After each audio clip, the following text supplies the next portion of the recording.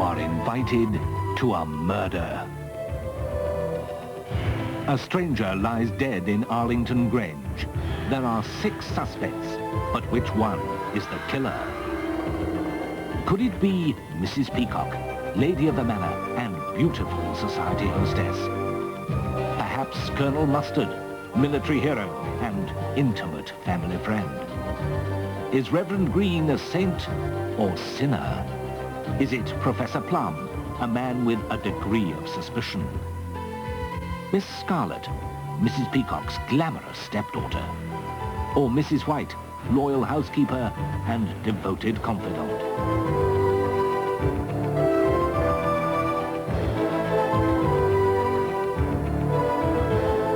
And here is your host for Cluedo, Richard Madeley.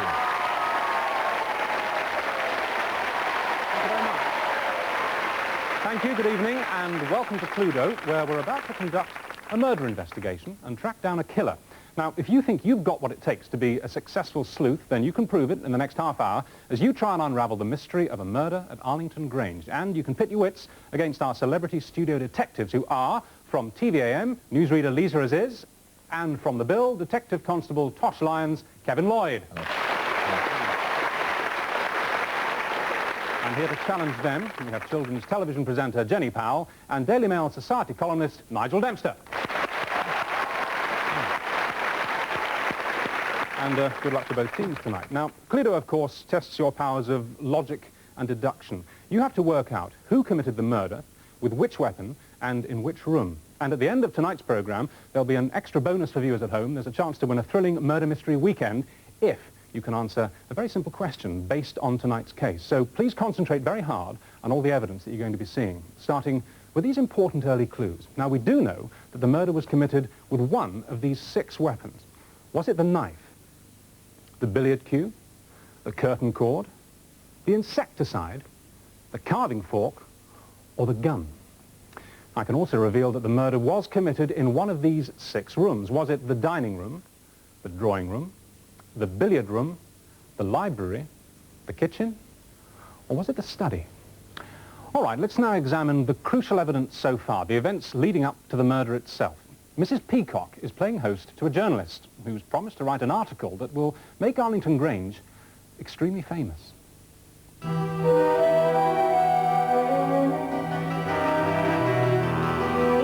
How I know journalists. Well, I couldn't be expected to turn down an article about Arlington Grange and country ways. You could be envy of half the county. Mm-hmm. Where the devil is the man? Oh, Mr. Stringer. I do hope you haven't been hanging about for me. So, Mr. Stringer, you're a society hack. Who's well with whom and all that? That's me. I do my own picks, too.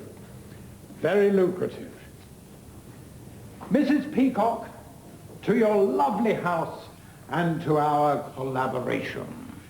Mrs. Peacock, that man's Stringer. Not now, Mrs. White.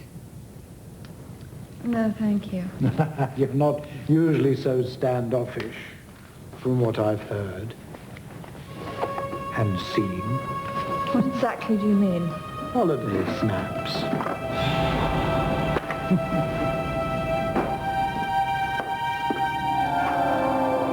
I've got the neg, of course.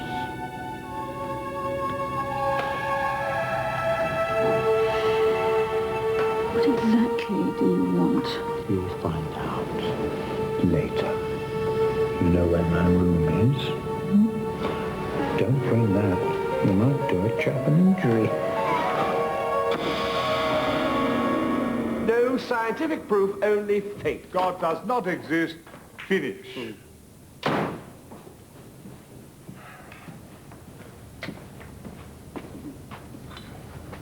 Oh, carry on, gentlemen. I love a discussion of the issues. Ethical problems. I'll tell you what. Before I thrash the Colonel at snooker, how about a different game? You'll love it. What game, Mr. Stringer? I pose a problem, you give the right ethical answer.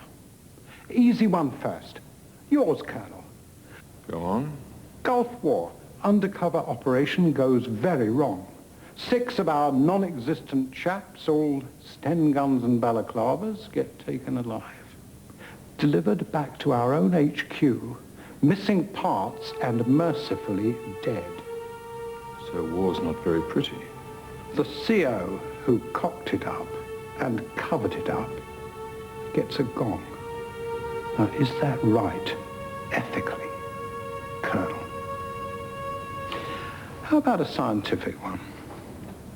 A company sells something that kills the people who use it, yet it was verified harmless by an eminent scientist. Now, is that scientist guilty of murder, or the company who sold it? Hey, Doc? You're here to write about the Grange. I suggest you do that and leave the house guests alone. Just something to think about, Doc. Give you a game later. 10:15, right, Colonel? Peasant. A photograph? Well, what does he want? Well, need I ask? Well, let's put it this way. He doesn't write for Country Ways. He's from the gutter press. And if you don't cooperate? You've got a nerve. Do you want me to tell the story, or... All right, pay you to keep quiet. I die first. Like your 6 soldiers? I've killed better men than you with my bare hands. Everybody has a price, of course. See? Charlie, it's a great story. Country house, sex, military scandal, mad professor, arsonist, and a tart. All I need is the dirt on the Rev Green of this parish, and I'm home and dry. Dig what you can for me. Bye.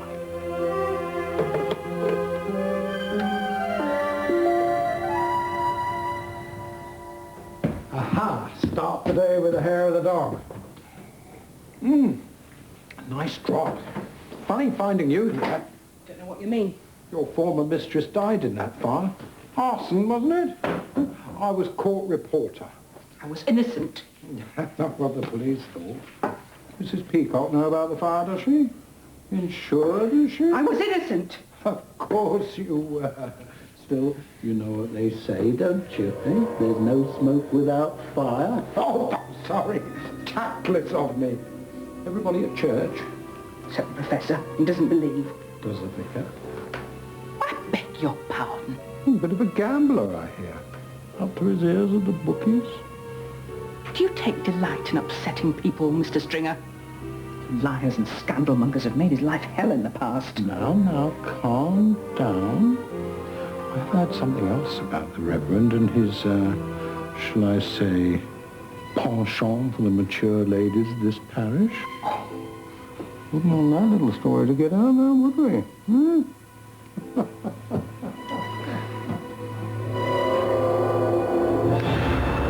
Journalists are an evil in the world, Mrs. White. He's determined to make trouble. Not to worry, my dear. Perhaps he won't be with us much longer. Cheers for now. Doc, fancy a drink? We can have a chat about research and united agriculture. Why, you've already made up your mind. Oh, sure. I've got an expert who'll say you recommended unsafe product. Mad prof kills 30,000. It's a nice headline. What was it? A compound of arsenic and dioxin? You wouldn't dare to print lies. See you at lunch, Doc.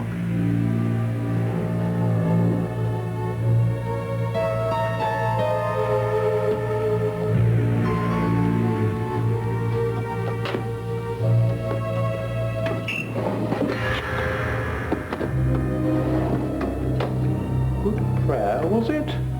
And what, may I ask, do you want? How about Wild Widow tells all to the Sunday papers? But I wouldn't. Oh, I would.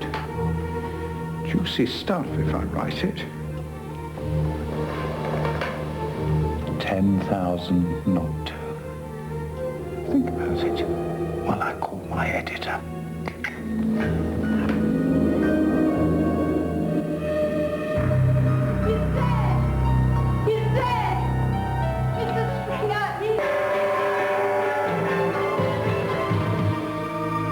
Well, the journalist certainly found a sensational story. Murder at Arlington Grange, his own, and a scoop that he'll never report.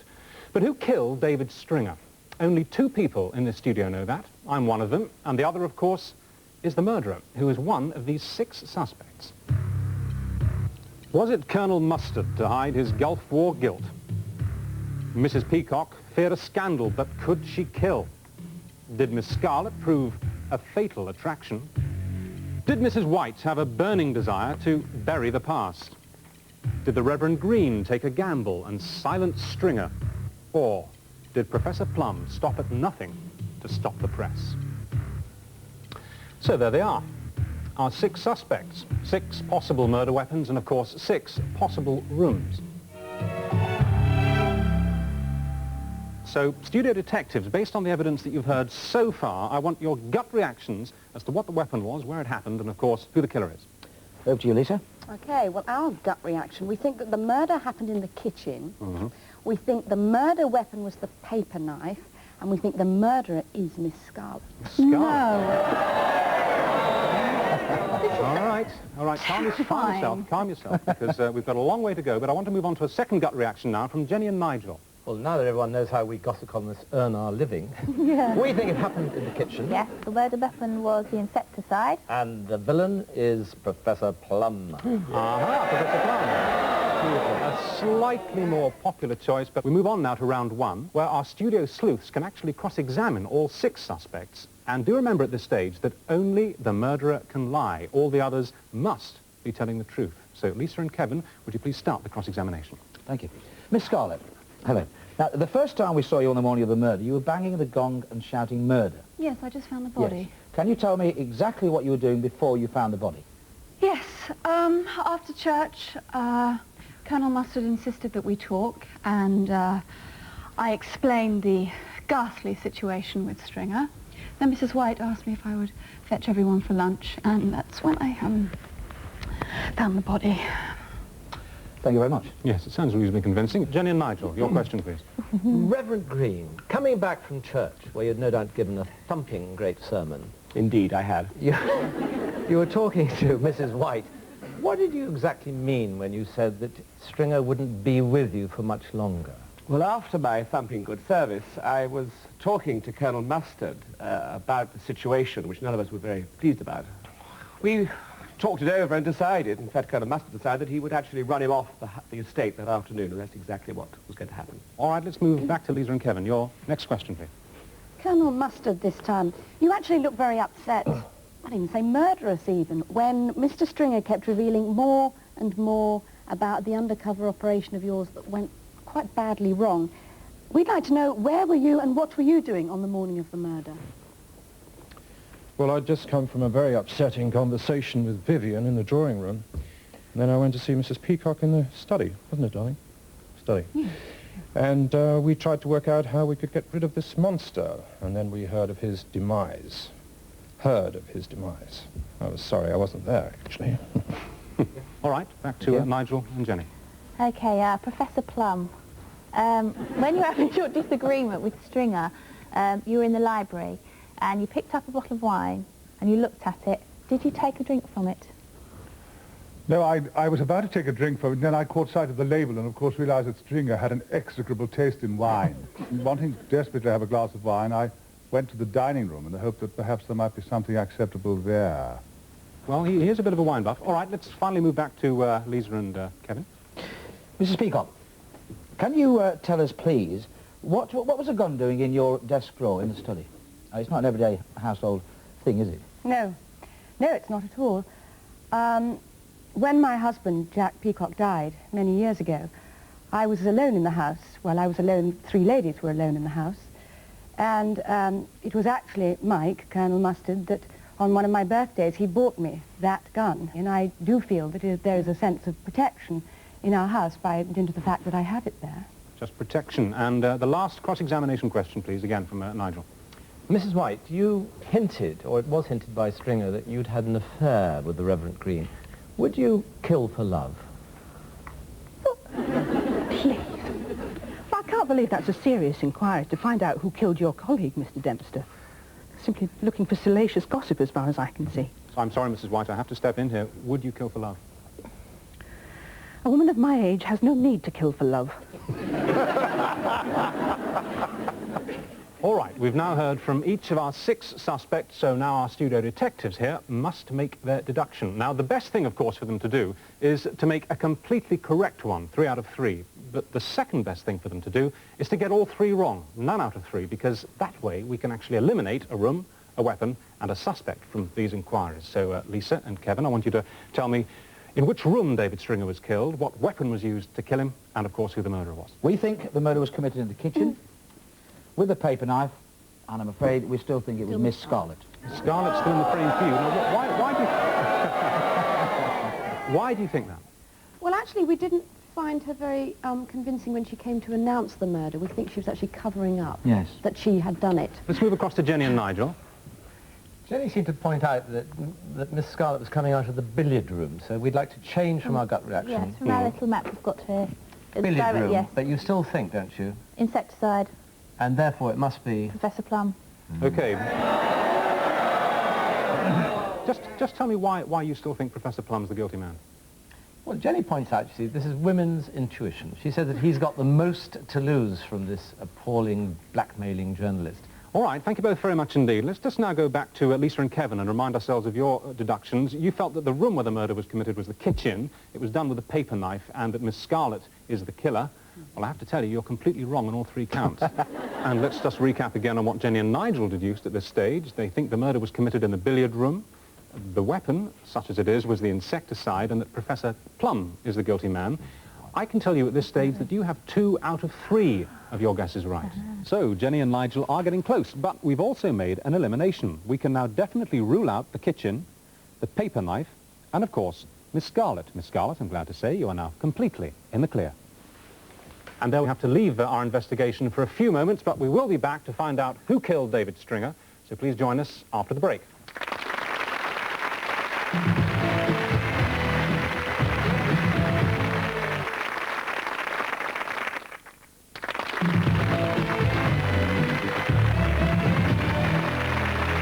you very much. Welcome back. Now, journalist David Stringer has been murdered. We're trying to find out who killed him, with which weapon, and in which room at Arlington Grange. Now, if you're trying to solve the case at home, here's a reminder of what we've discovered so far. We've eliminated the kitchen, the paper knife, and, of course, Miss Scarlett from our inquiries, but there are still 5 possible rooms, 5 possible murder weapons, and, of course, 5 possible suspects. Well, in just a moment, our studio detectives will continue to cross-examine the suspects and, of course, the witness. But first of all, some very important new evidence has come to light. We're going to start outside Stringer's bedroom.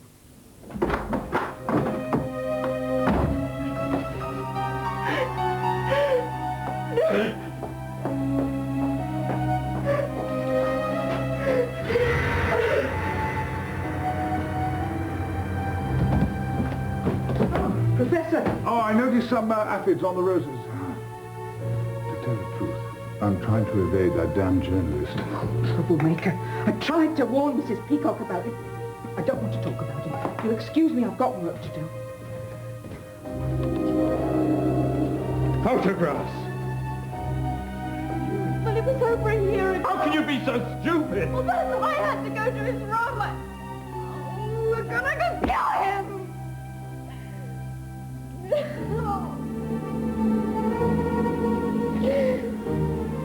My dear girl.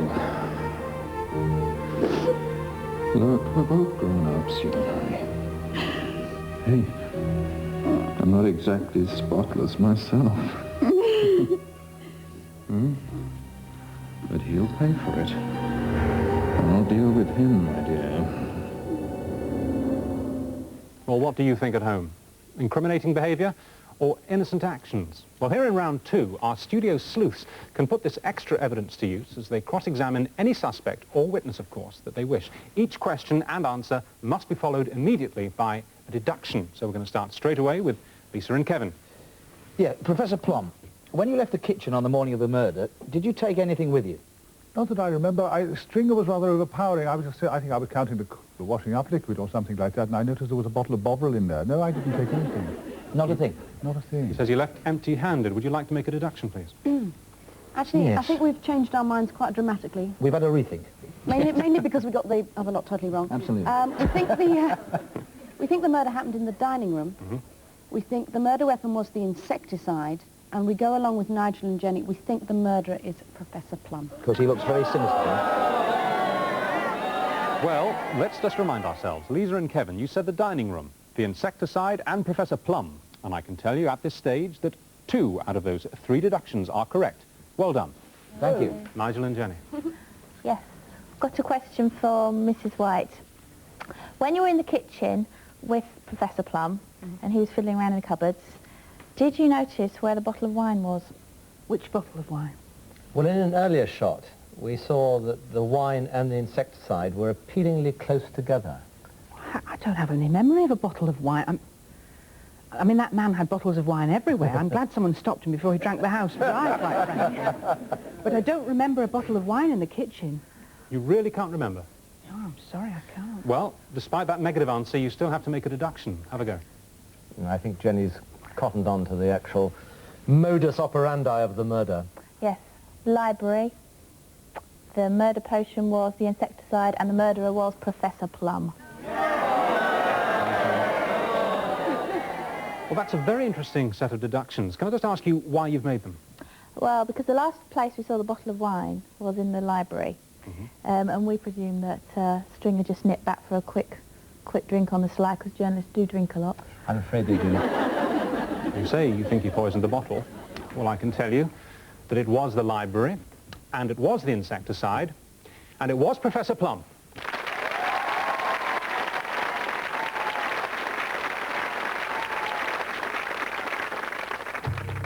Yes, I killed him. He came here so full of conceit, not looking for the truth.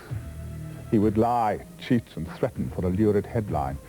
He would destroy honorable lives for the sake of one moment's titillation for his readers. He upset us all, and he blackmailed me. It is true that a project I worked on had been used without adequate safeguards. Regrettable, but Stringer was going to ruin my reputation. So I decided to poison his wine. I knew he'd be back for the bottle. What was it? Oh, a cocktail of insecticides. It seemed somehow appropriate.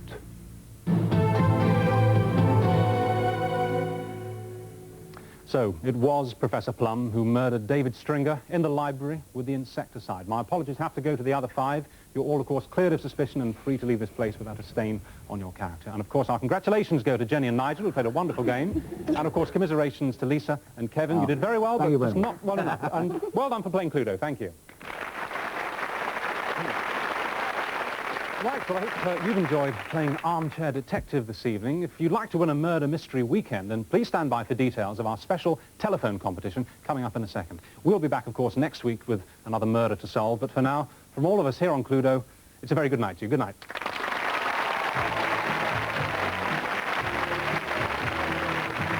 To enter our special competition, phone 0891 606 707. The lines are open until midnight Tuesday.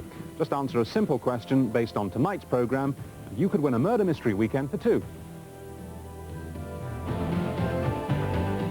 The answer to last week's competition was C. The incriminating piece of evidence that Mrs. White attempts to conceal are her own footprints from the wet wax. And last week's winner was Miss Rahila Nazir from Birmingham.